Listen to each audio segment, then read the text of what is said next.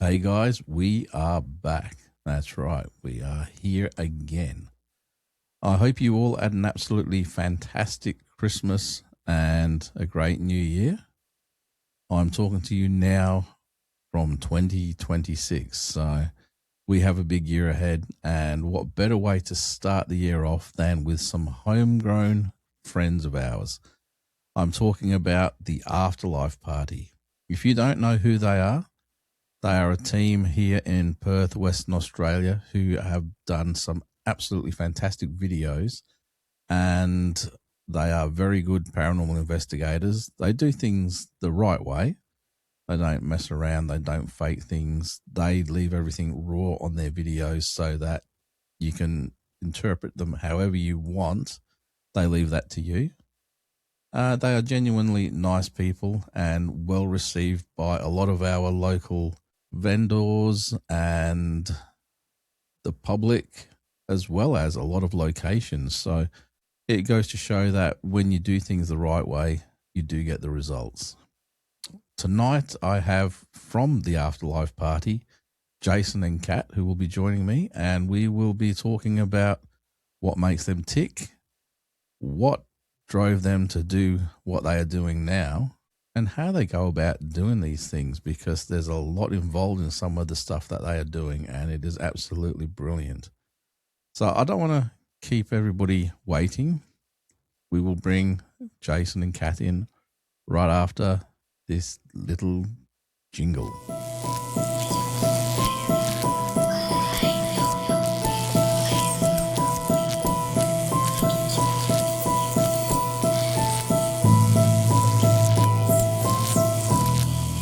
Hey everybody, we have Jason and Kat here from the Afterlife Party. How are you guys? Good. Yeah, not bad. Not bad. Good to be here, man. Yeah, you're one of our fellow Perth teams, and from what I've seen, you are one of the best ones I know because you're so organised with everything. It's nice to see. Oh, you should see the tick sheet of stuff we go through before investigating. It's like a 56-step process, but but thanks, man. Appreciate it. Thank you. So tell me, how did you guys get into the paranormal to start with, and how did the team come about? Interesting, because when I had been out on and off since 2009. I found an interest from this since kind of I watched kind of shows here and there that came up on TV. Like, for me, it was me and my mum would sit up at night and maybe watch an episode of like Most Haunted, which goes back to the UK. Always had an interest in it, but it wasn't until my grandpa passed away that was all the way in Scotland, and I never got back to really visit after his passing.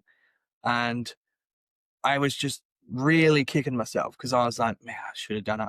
Because he was my idol growing up. So doing that was just like, I should have gone. And it wasn't until like 2 weeks later where I was kind of laying in bed, going to bed at night, and I was just thinking about him, and I felt someone sit on the end of my bed. It's like, when the mattress goes down, like you could feel the weight of someone, the springs going. It was like that. And in that moment, I just said my goodbyes to Grandpa. And it wasn't until I finished, it kind of lifted, and it's almost like someone had got off the mattress. It wasn't until the next day I told my brother, because my brother, we were living together at the time. I told my brother, he goes, that's really weird. He goes, I thought someone sat on my bed last night too. So it wasn't until, and like, he didn't say who he thought it was, but he did say he thought someone was there. And for me, that sparked it for me. I was like, I really want to know more. More so, I believe that was my grandpa in visitation, because it was just too, it was just too uncanny for me. But at the time, I just wanted to know more about that world. Like, I've delved into watching shows with my mum, and just wanted to go out and get a feel for it for myself. So it was on and off for me until I met you. Yeah, pretty much. But So I got into it. I think that I watched too many horror movies. But like, I think that's what sort of piqued my interest to begin with. And then coming across, of all things, ghost adventures, Unfortunately, which watching back now, I have a very different opinion of that Yeah. show, I think. Yeah, I think we all do. Yeah. Yeah. But it was really sort of the first thing that I saw where people were going out and getting, evidence of the paranormal. And for me, I think I'm someone who I have to stand for myself. So I've had experiences before, but I think I was never really convinced, even by my own experiences, even though I was there. So, but the idea of being able to capture things like, in a way where you can kind of prove it a bit more I was really drawn to that. And I had some equipment already before I met Jason. And I'd sort of never expected that I'd be doing an actual YouTube channel though and filming it properly. Yeah. I only ever filmed for my own, like just for myself. And it definitely wasn't very well done because there was no audience. Didn't expect to be doing it to this level, but I love that we do. Yeah, it's like the team kind of came about. Like I met Kat, and I just randomly threw in something about like I like the paranormal, and she was like, "Oh yeah, no way, me too." And I was like, "Really?" I was like, "I kind of have some basic equipment in the cupboard here because I had gone out previously with Michael and Kana, who were on our early videos in our channel, to Swampview Tunnel just for them to have their first kind of paranormal experience." And we caught this wicked, like, disembodied breath, like, through the camera's mic, which was, like, loud as all hell. And, like, that was before I even knew Kat. So I had that kind of up my sleeve as I was streaming on Twitch at the time, and I was just going to put something out for some in real life content because it was mainly retro gaming stuff. It was, like, a complete, like, nothing to do with the paranormal. And kind of had that up my sleeve, met you, and we were like, oh, we should go out and do something. So lo and behold, we were talking about it at yours, and Yeah. And the people that I house shared with, turns out, had a location for us. yeah, And they were like, oh, if you're doing that stuff, you've got to come down here. And that's how we ended up at Olive Estate, yeah, which, well, 10 questions ready to go, and I'm pretty sure you went through all of them right there and then, because yeah. my question was going to be, how did you go from watching Ghost Adventures and things like that to actually deciding to get out there and start doing your own investigations? Did you look for teams at the time, or did you go straight to just doing it yourself? We kind of just was like, okay, like when we went to Oliver State, we didn't, Afterlife Party didn't exist. There wasn't a channel, there wasn't a team, there was nothing. So it was just Kat and myself had the interest. I went to the Swanview Tunnel with Michael and Kana. Kana wasn't available, but Michael was like, hey, I'll join in. I was with the other one. And his cousin Shane came along as well. So we had the four of us. And it just so happened to be that I bought a Sony camera to take away to America like 2 months prior. So it kind of had that, and we still had the old beat up to not very good night vision camera and a few bits of gear. So we're like, we'll take it down and see what's up. And you already did streaming and you had your YouTube channel and were looking at doing more vlogging and stuff like that. So I think just having that interest in the film side already, it was already you're already editing videos and stuff. So it just made sense. Kind of made sense. So we just filmed it because, if you're going to get evidence, we didn't expect to get anything. Like we kind of were just like, we're there for an experience, whatever. And then with Olive Estate, just the stuff that we got was so crazy to us that we're like, well, this is something. And it's funny when it came out because we were like, we can't put this on the channel first. Nobody's going to believe us. And it's because of that Olive Estate night that we said, oh, well, we kind of got a team here. Let's just put it up and see what happens. And then we're like, okay, that's a great idea, but we can't use this first because we can't put this up first because no one's going to believe a thing we're doing because we haven't established ourselves. We haven't done anything. Everyone's going to go, oh, that's potentially fake. So we're like, all right, well, we're going to have to do some other stuff. Then we looked back at the old Swanview Tunnel investigation that we filmed way back prior and thought, all right, we got 15 minutes of good footage out of this. How am I going to make this like 25 minutes long? Because I've got to you know, but it's through that our process of, you know, getting those drone shots, those pickup shots, and our history and all that at the start, that's where it was kind of born, was because we needed filler for our very first video, and everyone loved the history and those pickup shots, and that's kind of now like is what we've done and what we've stuck to. It's been part of our formula, and it all came from we needed filler, essentially. Yeah. Going on what you're just saying there, I've got a question for you, and it'd be interesting to see how you answer this one. Do you consider yourselves a YouTube channel that focuses on the paranormal, or do you consider yourselves a paranormal team that documents your investigations? Interesting, actually. Mm. Very interesting question. So this is probably one you should answer, but I think that for me, I'm really learning how much the YouTube side of it matters, because I think coming from my perspective, for me, that was never important to begin with. But as we sort of started out, I realized that the way that we build trust with an audience, the way that we build trust with our potential locations so that we can investigate cool places, is we need to show them something. Yeah. So when we're approaching, one of the second places we approached was like the Shire of Wanneroo. And like they want to see something. And that's where having that YouTube channel actually became so important, and building that up so that we have something to show people as a bit of a portfolio when we approach them, to say, hey, this is what we want to come and do. This is who we are. This is how we're going to represent the history of your place. We're not in it for scares. We're here for, like, we're very respectful. So the importance of that really, went through. And so I think that the two just go hand in hand for us. It's like in a way, we can't have one without the other. Yeah. The way that we work. Because I think for me, like the YouTube channel, like that's essentially our CV. That's our resume.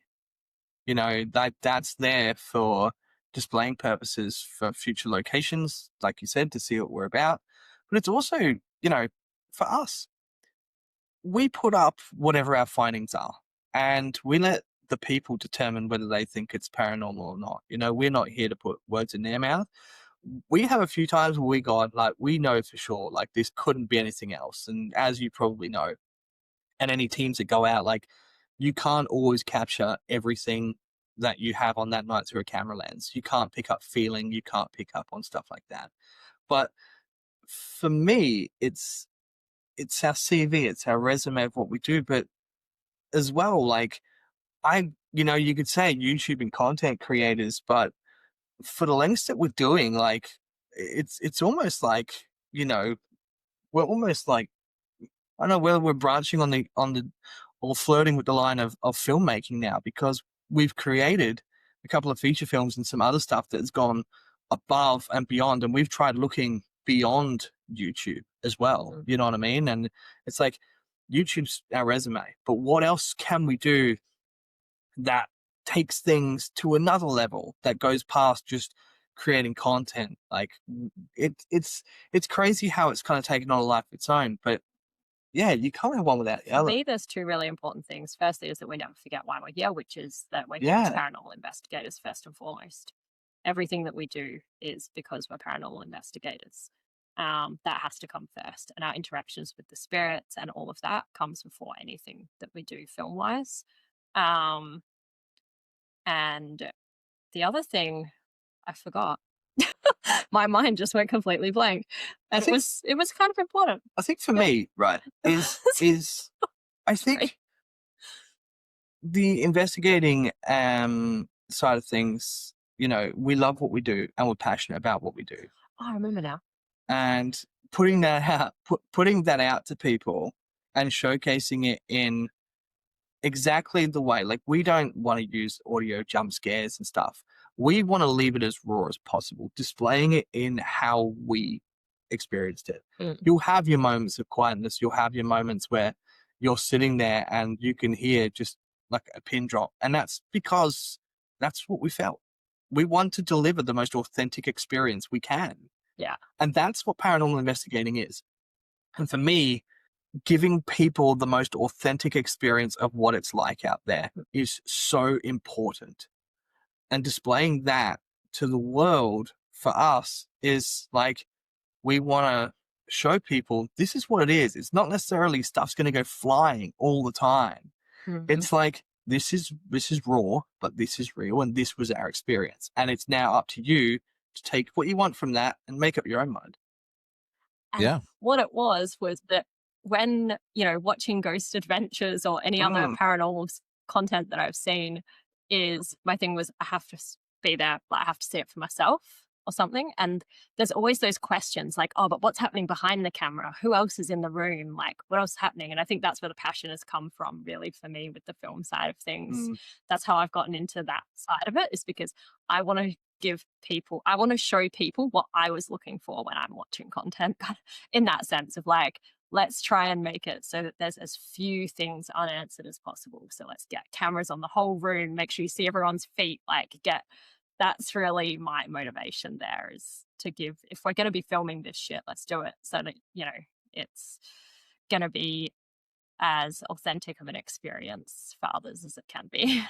I'm glad you said that, because Jason and I ended up having probably a 2-hour conversation a couple of weeks ago on the phone, talking about a lot of this very same kind of thing. And I'm along a similar line to you guys, but I don't put most of my stuff up. In that, when we were down in Albion, I know you guys have investigated the same place. We were down at the old quarantine station in the isolation hospital there. And one of the first times we were down there, which was back in about 2008, 2009, something like that, we had the doors open on us in the middle of, we were doing a board session because we had somebody who could govern a board properly. And she invited Spirit to come forward. Now, the lay of the land there. There's those double doors that go out, and they've got the little cemetery, which is over the back from just near where the morgue is. There's a little cemetery there. Yeah.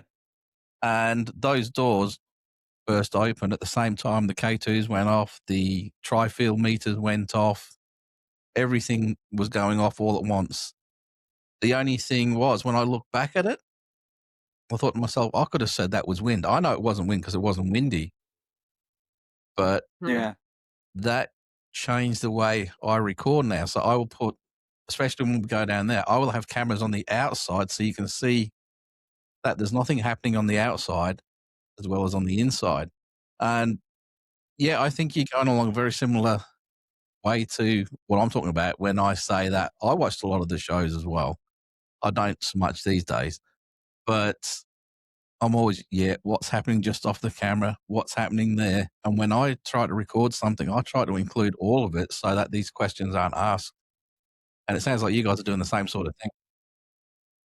Yeah, I mean, it wasn't until we started like actually getting like disembodied footsteps and stuff like that, and we didn't have, statics back then because, we had one. It just we wasn't had very one. good. It wasn't very good. There was Now we've got 4. Now we've got 4. And it's not enough. It's not enough. Yeah. But it wasn't until we captured them, we were like, well, we could put that up, sure. Like, people can choose to believe us or not believe us on them, but we wouldn't blame them if they didn't believe us because they couldn't see our feet aren't in shot because we're just on a handheld. So it's like, if people were to say, like, hey, that's not, that could be anyone just moving the feet. It's like, well, we agree with you. So let's change that.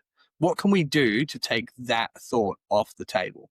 And that's rig every room we're in with as many statics and as much proof as we can and it's worked. We've got some coming up that are unbelievable when it comes to footsteps. And we are all in shot. We're not moving and we're all got our hands in the air like, hey, like we're not doing anything. And that's how important those kind of cameras are to investigating now. All right. So what I'm going to do now, we're going to jump to one of your first investigations, and I want to know what was the first real big piece of evidence that you guys were like, ooh, we've got something here. What was that? And tell me what it was like. We did Freemasons pretty early. Well, I was thinking like for you, it was way back at Swanview Tunnel. Swanview Tunnel, yeah, without a doubt. Like I was the only one in there, and we picked up an audio. There's it's right in my ear, and the camera picks it up, and it's like that one big, like disembodied breath, like, and I was like, yeah, look, that's not wind. And you could tell it's not wind because the whole time I was in there, I'm moving around from side to side, and like you're getting no wind on the mic. Right? It was still as anything. But conclusively, I think the biggest shock was when we did the Freemasons Hotel 2J. And I remember I was editing it. And we did that pretty early on. It didn't come out on the channel until a bit later because we kind of, we were like trying to get content out. We filmed a bunch of content to get in front, and then we dropped it as we go along. Yeah. I'm going to talk about the one that I love. There's a couple of things there, Okay. and that's why this one's important because it's not just one piece. There was a couple of pieces that were like, this one is definitely it. But it wasn't until we were editing, and we knew that night we picked up a few things. But when I was editing, I saw something, and I was like, I immediately rang her because we didn't live together, and I was like, you need to see this. Like, I'm going to send you this on multiple angles. And we had a hiss on the stairs. And we were like, that's really gross. Like, and we heard that. And it wasn't until Kat and I then went downstairs to put a static camera down the hallway down below where we heard the hiss, and we put cat balls up the hallway. And as we're talking about it to the camera and documenting it's happened, you see a shadow come on the back wall and then just like move and walk through the wall. And it wasn't that we had no idea. And it wasn't until editing I was like, hang on a second. And it's where the light is, it's not casting my shadow to the back as I'm explaining. And it can't be Kat's because she's further back down the hallway. And we've put them side by side and measured it. And it's like, it's not casting my shadow. You can see I'm moving in a completely different way. It's not until we walked out of there that cat balls right at the end of that hallway just started going nuts where that was picked up. And we were like, holy crap, like, okay, really cool. We have something here. I almost forgot about that. Yeah. But it wasn't until we had to sleep there the night as well.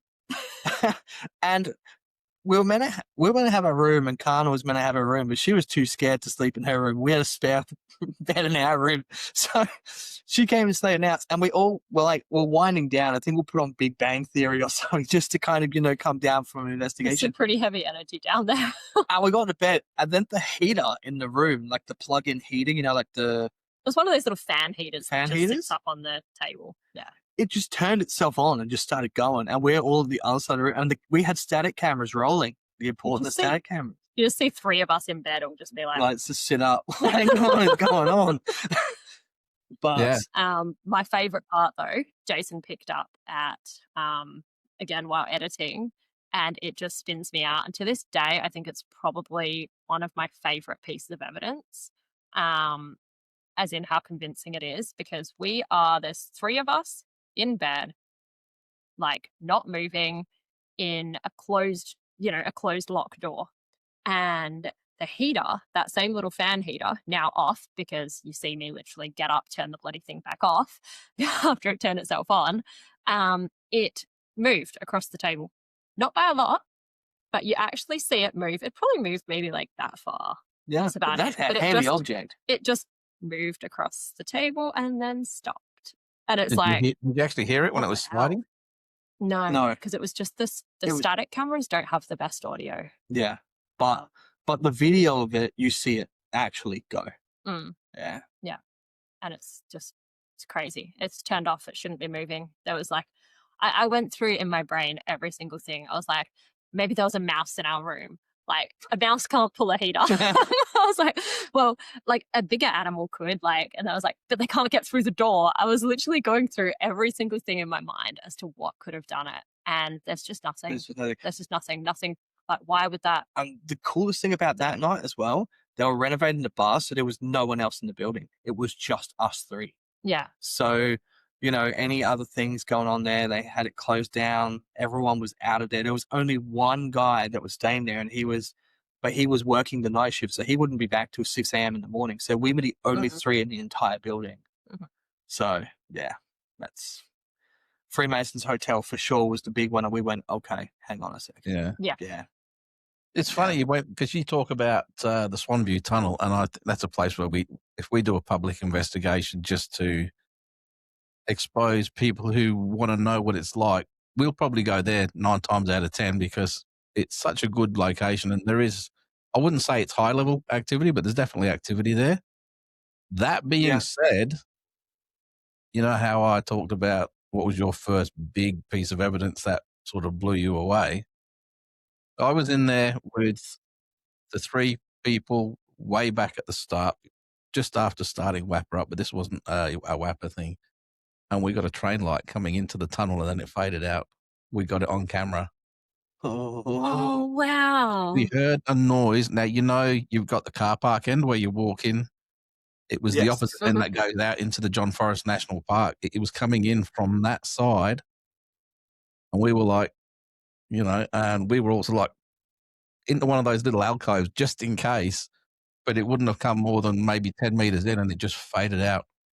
We've actually got it on footage. I've got to go through all my old stuff, but when I find it, I'll let you see it. So we'd love to see it. That is so cool. We picked up a really cool photo of a figure clearly standing in the way there as well. A lady? But the cool thing about it is, like, it's funny.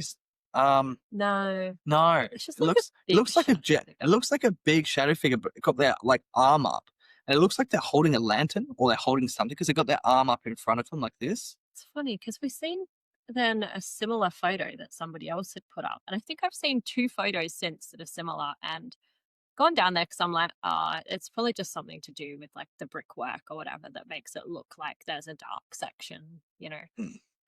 But couldn't reproduce it. Yeah, we took 27 photos in a row, just bang, bang, bang, bang, bang, bang, bang, and that was the only one that was different. Like, we've got the befores and after photos still, and that one was different. But it's funny you say that, like, when you want to give people an experience, you take them down there. Like, I think for us, the Swanview Tunnel has just become the best kind of training grounds for our team. Exactly. Because exactly.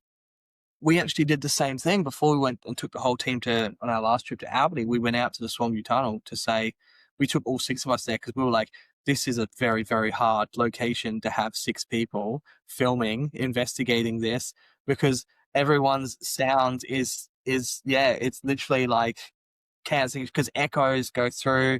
We had 3 teams of 2 on each entrance, and then we were in the middle.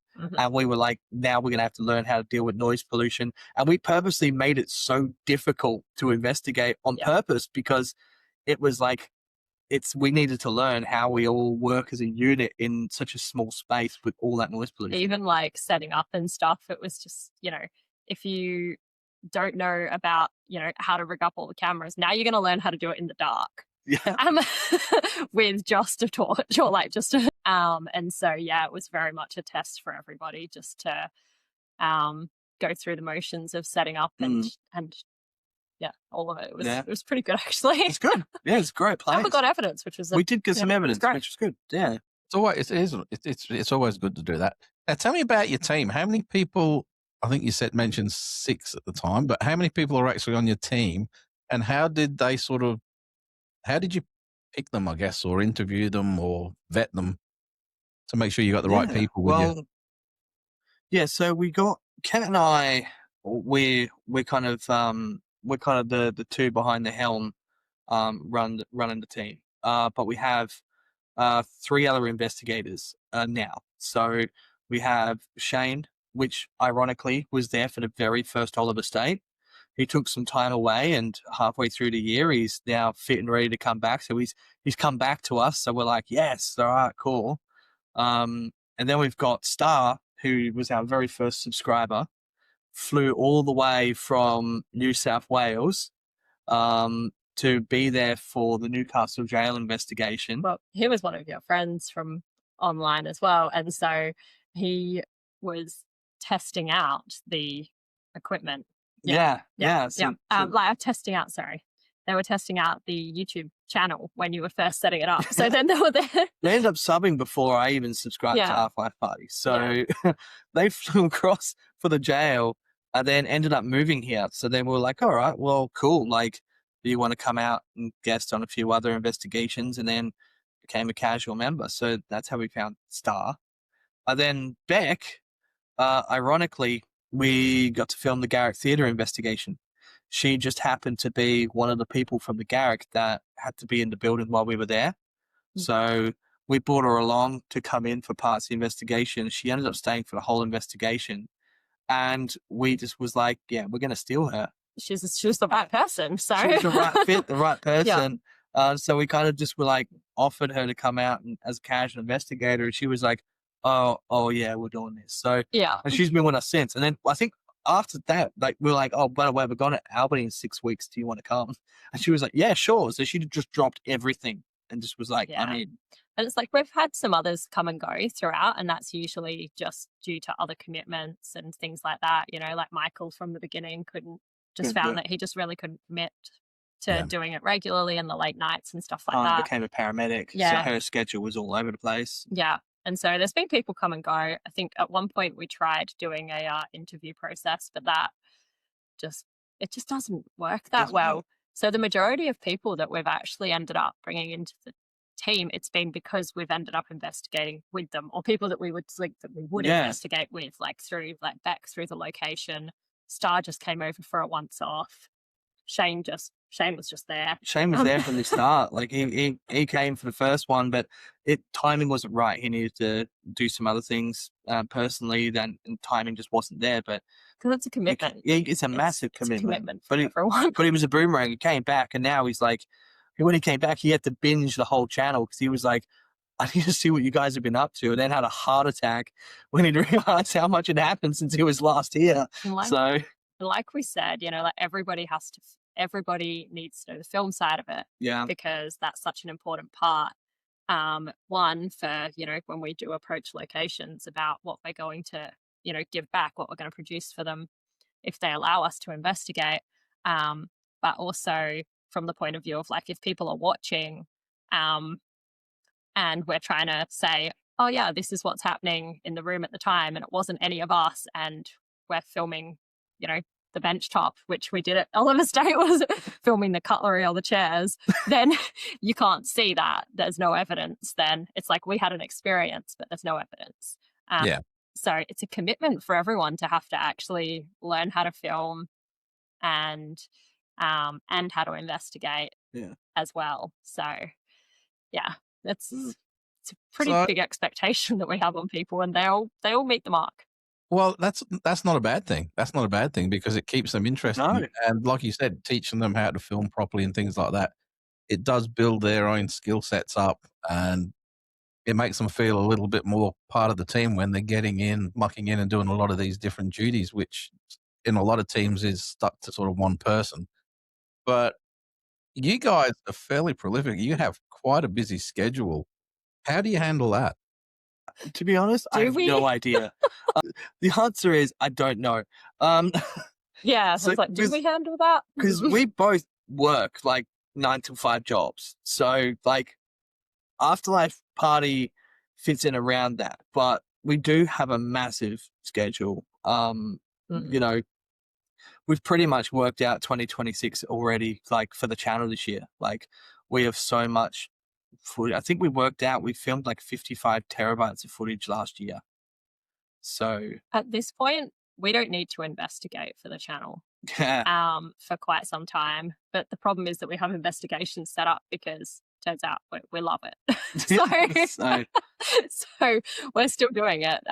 Essentially for me, because I edit the videos for YouTube. So for me, it's go to work, come home, edit, have dinner, edit, go to sleep. And then, but the good thing about my work is when I told my work, they were like, oh yeah, no, what's your expectations? I was like, Monday.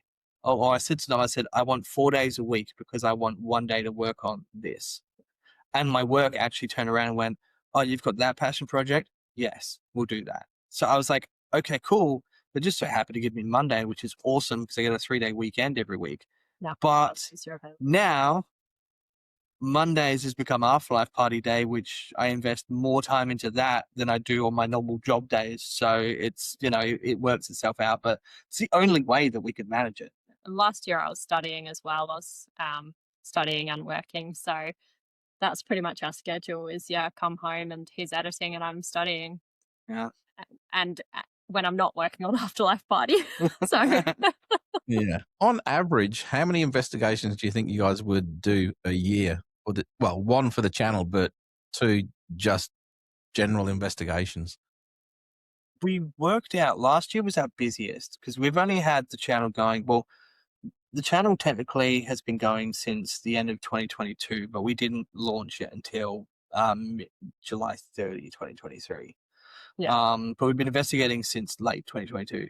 Yeah. Last year was our busiest year. We did 20 investigations in total last year. But I think the year before that was around the 13, 14 investigations. I kind of try and do one a month.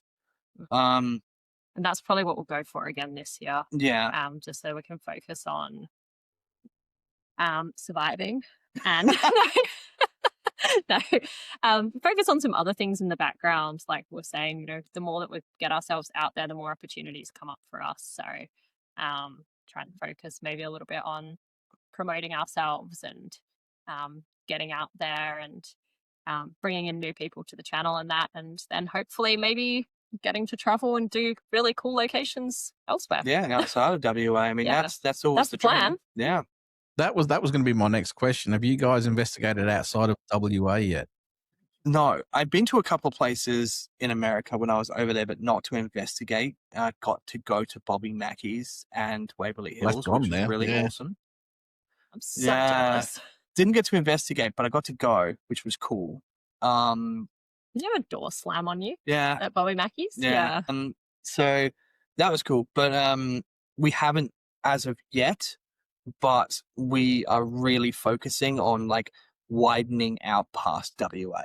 Like we said at the start of this year, it's like, okay, we know we can consistently, you know, do locations here in WA and keep that afloat. That's not an issue. But Yeah. and now it's like, what if we reach outside of WA? Like, what opportunities can come there? So there's definitely some places over east that we have our eye on, which is cool. But it's just getting over there. Like we obviously did all the Albany trips last year, and it's like if we want to get out over east and go outside of WA, then we're going to have to put them on hold for a year because we can't do both. Yeah. So, There's only so much we can do. yeah. No, well, I was recently, as in, I think November last year, I was out in Broken Hill, which is in New South Wales. And we fly into Adelaide and then we drive from Adelaide out to New South Wales. And what I've found, there's a town, I can't remember the name of it, it begins with T, but it's one of the most haunted places in South Australia. We almost went in there. There's one little pub that has about 2 or 3 people come in, but there's about 10 or 15 buildings there, all empty, and you're just allowed to investigate the whole lot.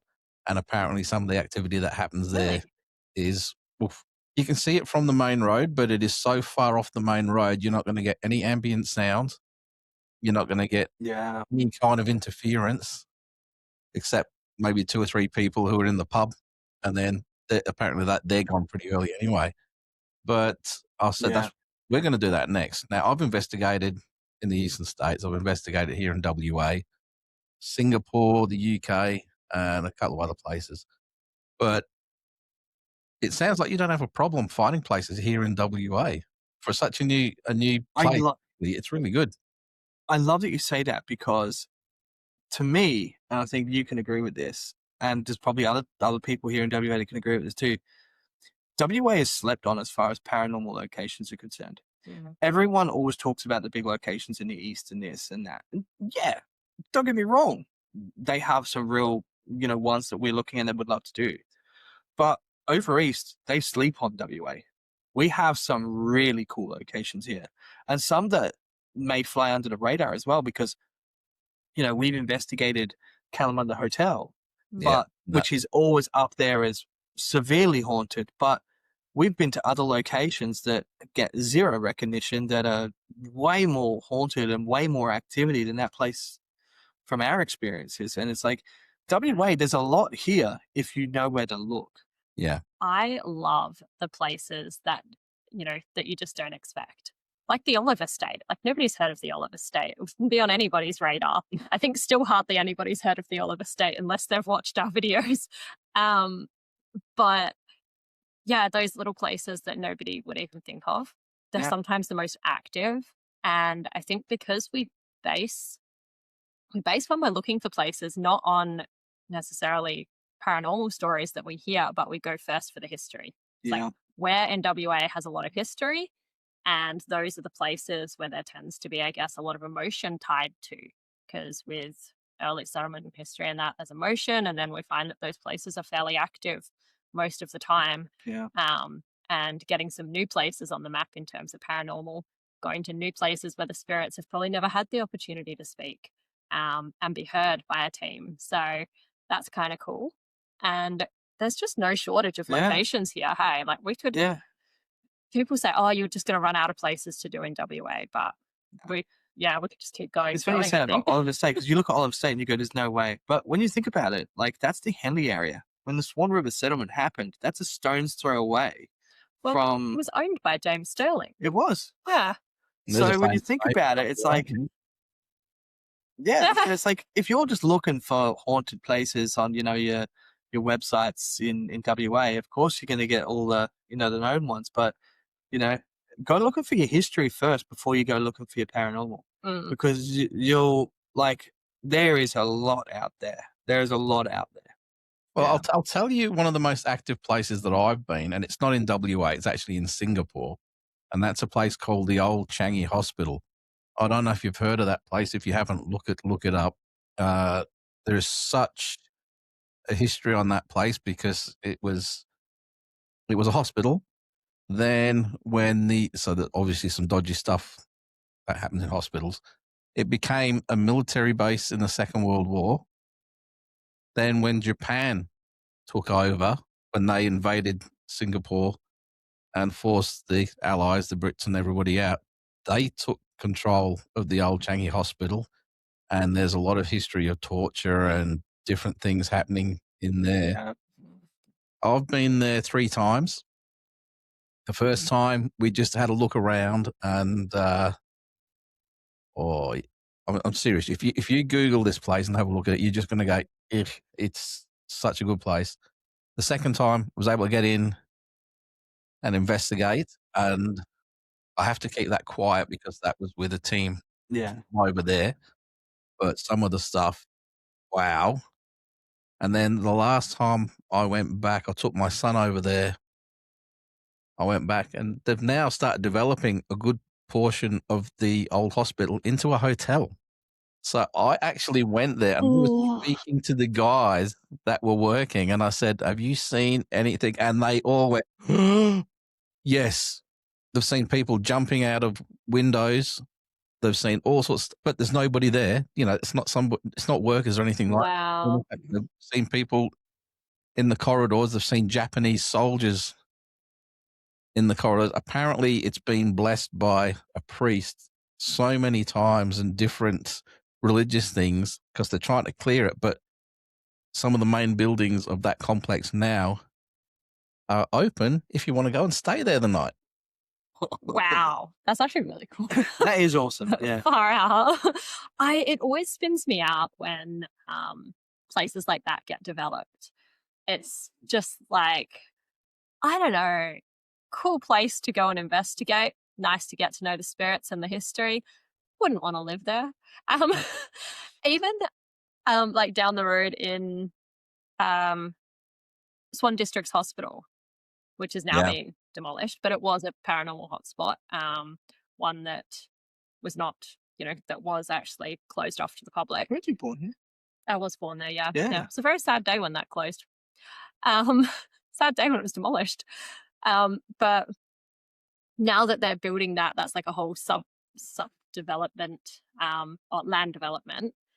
And I'm just kind of thinking, I wouldn't want to build a house there. I'm all for talking to the spirits, but I'd prefer them not to be like in my living room every day trying to talk to me. Like, can I please have some space? It's funny you say that because the couple of hospitals we have investigated are so highly active as well. Mhm. So it's just like, because they'll be dealing with death on a daily basis, whether or not it's just people passing away from natural causes or getting ill or whatever it is, like it's still a thing that happens. And it's like, putting a house there or a combination there, that's just something else, isn't it? Especially that one that you were talking about. That's like next level. Well, the strange thing about that in particular as well is if you've never been to Singapore, Changi, you got the prison there, which would be another place, but it's still open. Mm. I think they do tours to parts of it, but Changi itself, all that is there is their military base, the old hospital / hotel now, and the prison. You've got to then travel by taxi a long way. Actually, no, there's the international school's not far away from that as well. But then you've got to travel over the other side of Singapore to get to where all the touristy things are happening. So I don't know why they decided to develop that into a hotel because it's so far away from everything. That's really weird. Yeah. Yeah. So it makes me wonder what What are else they doing? is going on with that lot there. But next question for you. What is the most scary investigation or thing that's happened to you on an investigation? I think it has. Well, okay. There's two. One of them is not released yet, but there is one that has been released. And that is, for me personally, shadowed out Vancouver Arts Centre in Albany. There's not even a debate. So that's the old, speaking of hospitals, it's the old Albany Cottage Hospital. Yep. And yeah, that place definitely has some activity, and it's someone there who wants power and will seem to really do whatever it takes to get it. Initially we thought by power they were, like affecting our electronics and all that sort of stuff. And I think in the end it turned out that the power that they wanted was more from, actually taking over. Yeah. So have you ever investigated Vancouver Arts Centre? No, I've been in there and I've spoken to them about it, but I haven't actually done it yet. Yeah. So whatever, for some reason, we've never had an investigation where we've had corrupted memory cards and cameras just malfunction, like left, right, and center. Yeah. I mean, when we filmed that, we were filming, Star and I are at the top of the stairs, you and Becca are on the bottom of the stairs, and we're filming, and the camera just shuts off, just out of nowhere, like shuts off. We turned it back on, it said corrupted memory card, and like, do you want to reformat? And we were like, holy crap, like we've just filmed the whole investigation, the whole first section, everything on this memory card, and we've lost it. Which, as you know, as investigators, that is the worst thing that can happen. Especially when we're telling people, hey, we're going to give you some, we're going to show you some footage at the end of this. That's part of their incentive, isn't it? And then to walk away and be like, oh, we have nothing. Sorry. So we were like, oh my God, let's just stop where we're at. Let's see if we can ask the staff that had to be on location if we can put the memory card in, like the SD card in, and check that our footage is good, because we don't want to touch anything on this memory card until we know. And as potential evidence, I was like, actually get another camera. Let's film what's happening now. And we'll film, like what's going to happen when we put this memory card in here. Do we have the footage? Don't we? What's going on? And I've turned that camera on and I'm literally pointing it at the laptop and Jason. And that camera just dies. It's the same thing, corrupt. Different camera, different SD card, different brand, different anything. Oh, we've just gone, what the hell? So now we're like, well, we don't know what we have, what we don't have. One of our statics was behaving. We then went to get one of our statics, and we brought one of our static phasm cameras into the room we were in, and it was still saying it was in the other room. On the camera, it was like the picture it was showing. Another room. It was saying recording, and it was ticking down time, but it's not in the room anymore. And we were like, what is going on? So we stopped the phasm camera, and it was still saying it was in the room. I hit record. It started a new recording, and it was saying it was in a completely different room. And we're like, this is just weird. It wasn't until we completely did a hard reset on it, started back up, it said we're in the hallway. It wasn't until we went back and post-production, it was recording the whole time. Yeah. But it was just jumping frame rates all over the place. And it turned its own audio off.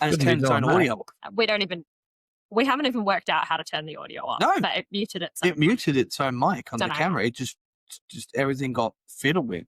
So we were like, at this point, it's for one camera to go, we could say, okay, it could be a faulty camera. The camera needs some work done or something like that. the one word that kept coming up was secrets.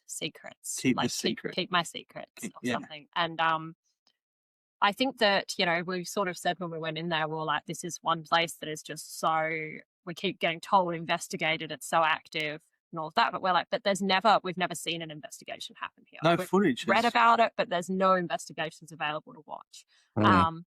And now we know why. Yeah, and with cameras, They cameras don't want to be filmed. But it kept happening. Like the minute we turned a camera on somewhere, then our infrared light just started pulsating. We turned our floodlight on, that started pulsating for no reason. Every time we put a piece of equipment down, it would go off and it would take us to a different place, and then we'd come back. The whole time Every single time though. we ran through like 13 batteries, which have about 55 minutes to an hour and 5 minutes of record time in 3.5 hours.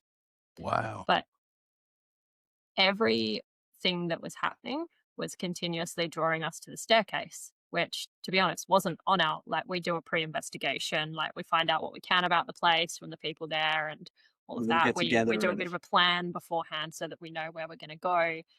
So we've got quick transitions and stuff, make the most of our time. And the staircase was not on the plan at all. But we just kept getting drawn back to this staircase. And we're like, okay, well, we're investigating the staircase then. And that's where we spent the majority of the night. Until we left. And we left because the feeling at the top of those stairs was so off. And then there was more camera problems and stuff. And as, I think Jason you just changed at the top there. Yeah. Having things with the camera, Jason just completely changed in his whole demeanor. And I was just like, oh, it's just like, yes, I know it's frustrating. Like we've had problems with the cameras. We're losing, things just keep going wrong. So I've gone to sit next to him, and Becca's communicating this to me. I'm behind him. So like Becca's communicating this to me with just eyes. We're at the top of the stairs. And she's just like, something's wrong. I was like, what's happening? So I was just like, okay, yeah, no, you've shut down a bit.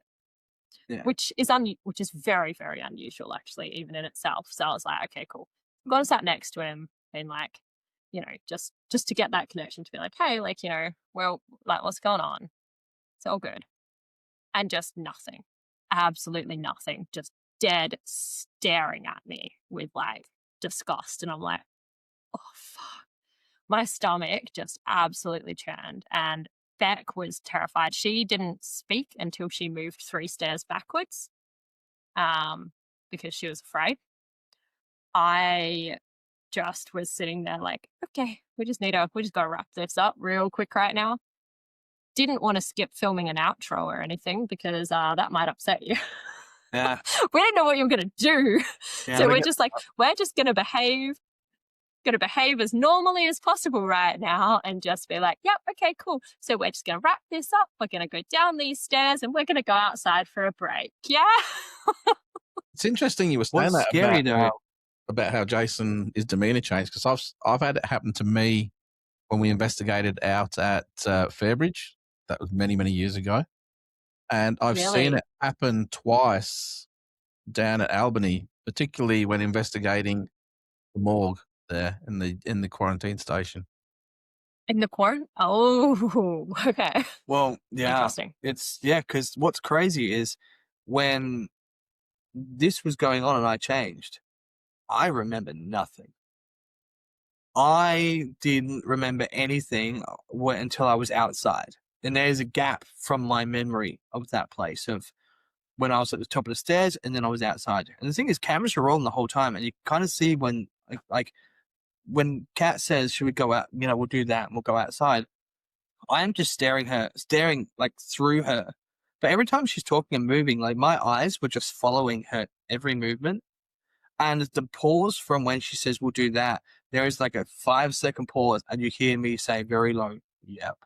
And like, it's like, there's a long pause there. And I think everyone's hearts were just dropping because like, it was like they just had no idea. If he doesn't agree to coming outside, like, what do we do? Because like, we need to just get the hell out of here. It was actually really, really scary. That's the most scariest. That'd be the scariest thing that's ever happened. And I think you can hear even when I'm talking about it, like it's uncomfortable. Yeah. like Yeah. that. When Yeah.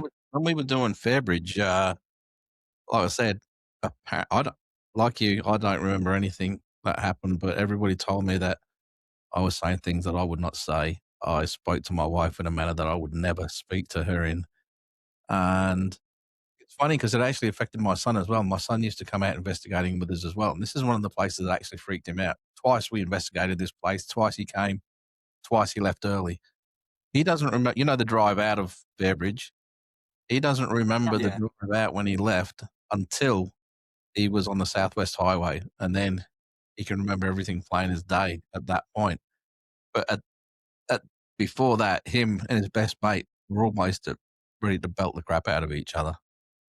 And that's one of the reasons why they left. So there is definitely something there that does mess with people, and it's messed with a lot of people that we've investigated with there. So if you do investigate, or if you have investigated, you would either know or be warned that it is possible to happen there. So it's interesting, Yeah, it's good to really know. interesting. So when you guys Very good investigate, to know. what sort of gear do you take with you? Um, gosh, we have, obviously, we love all kinds of gadgets and stuff, but sometimes gadgets don't always need to be, I know this cat loves this. Oh, yeah. They don't always need to be all your high-tech stuff as well, because we've had just as much results with just little Kmart toys up here.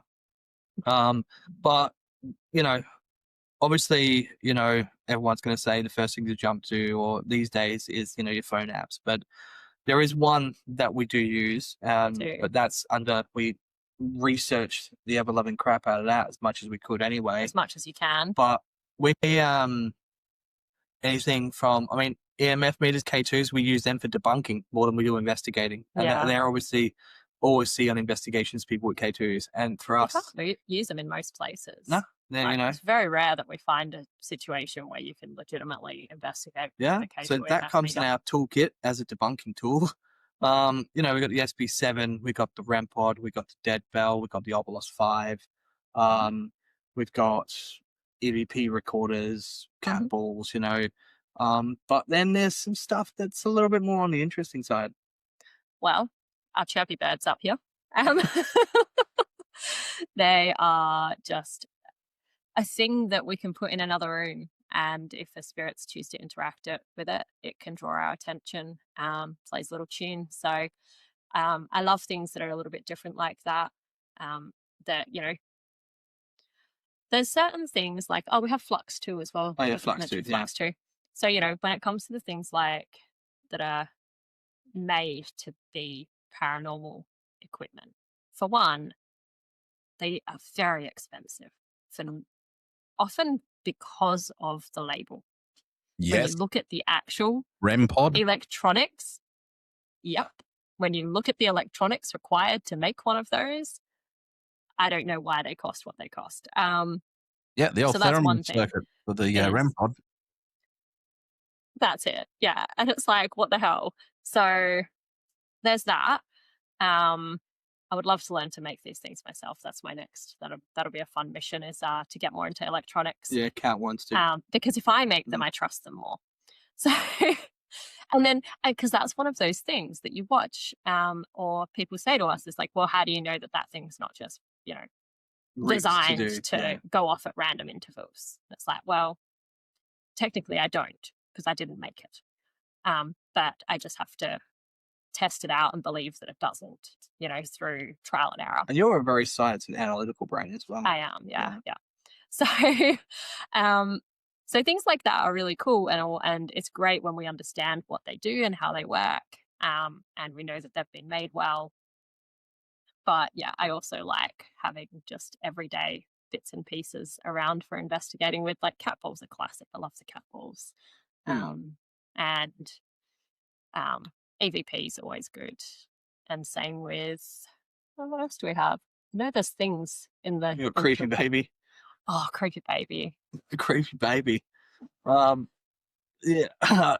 It's just a doll that is like, that moves when it detects motion in front of it. And I've seen that. it's like, And we were thinking of a name for this thing, and we were just like Creepy Baby. It's just going to be called Creepy Baby, and that's it. Like, that's all there is to it. It's pretty creepy. Yeah. It's pretty creepy. But One of my what we're investigators saying has about, one. Oh, sorry. Yeah, one of my investigators has one, and when we were Yeah. out in New York investigating, it started doing a bloody dance, man. It was going off. I'm like, yeah, that if I don't like dolls at the best of the time, but seeing this thing doing its little jiggy dance and crying and stuff, nah.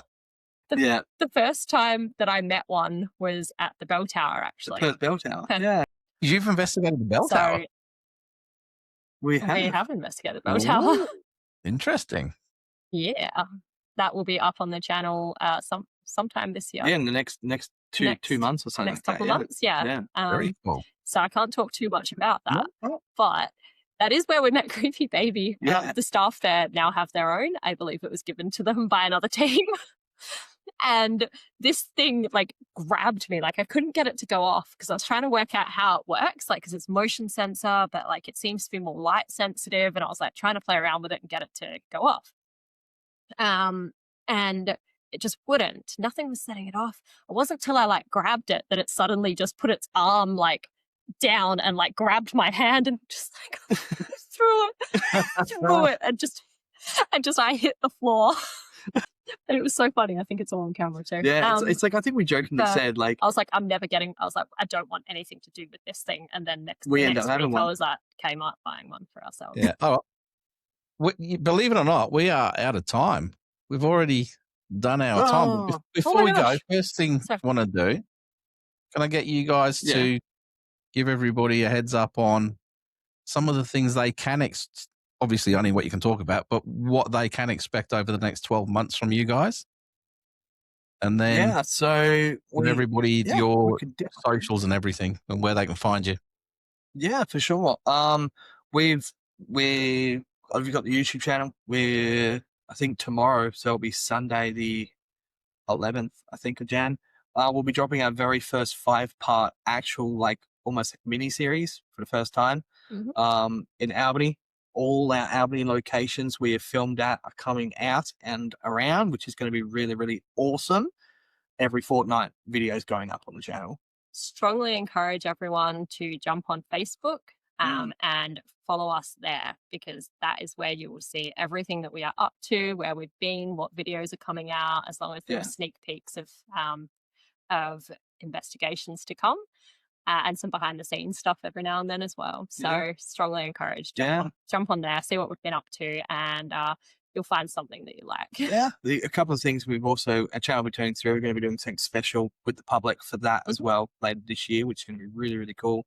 We're going to get out amongst the people this year, which is really, really cool. We did our events in Albany at the Albany Comic Jail where people got to investigate alongside us, and we're going to try and bring that show to Perth. So that's a big focus for us this year. So to people to experience what we experience, and be educated in the field as well. Yeah. Which is the main thing. Yeah. So, but like Kat said, jump over on the Facebook. You can see everything. Obviously, the Afterlife Party Paranormal on YouTube. Every fortnight on Sundays, we upload an investigation or a video. Sundays at 6 p.m. Yep. So, For the next 5 weeks, they're going to be weekly. They're going to be weekly. First ever investigation week, 5-part weekly. We had so much. We returned to the Point King Lighthouse and Patrick Taylor Cottage, and it was unreal. It's the most. Yeah, we had 2 things that happened at both those locations. So this time we sent 2 members of the team off to each location and investigated them simultaneously at the same time as a very different experiment. And it was unreal. It's probably one of the most active investigations we've ever had. It's crazy. So yeah, definitely check it out. Wow. Okay. Well, Jason, Kat, the Afterlife Party, thank you for joining us on the show. And I hope you'll come back on again and talk about some more of your adventures in the very near future. Yeah, I'd love to. Thanks for having us, man. Thank Really you so appreciate much it. for having Yeah, us. thank you. Yeah. Oh, well, it's nice to have like-minded people who like doing paranormal investigation the right way. And I've got all the time in the world for you guys. So thanks for coming on the show. Take it easy, guys. Thanks. Yeah, will do. Thank you. Thank you.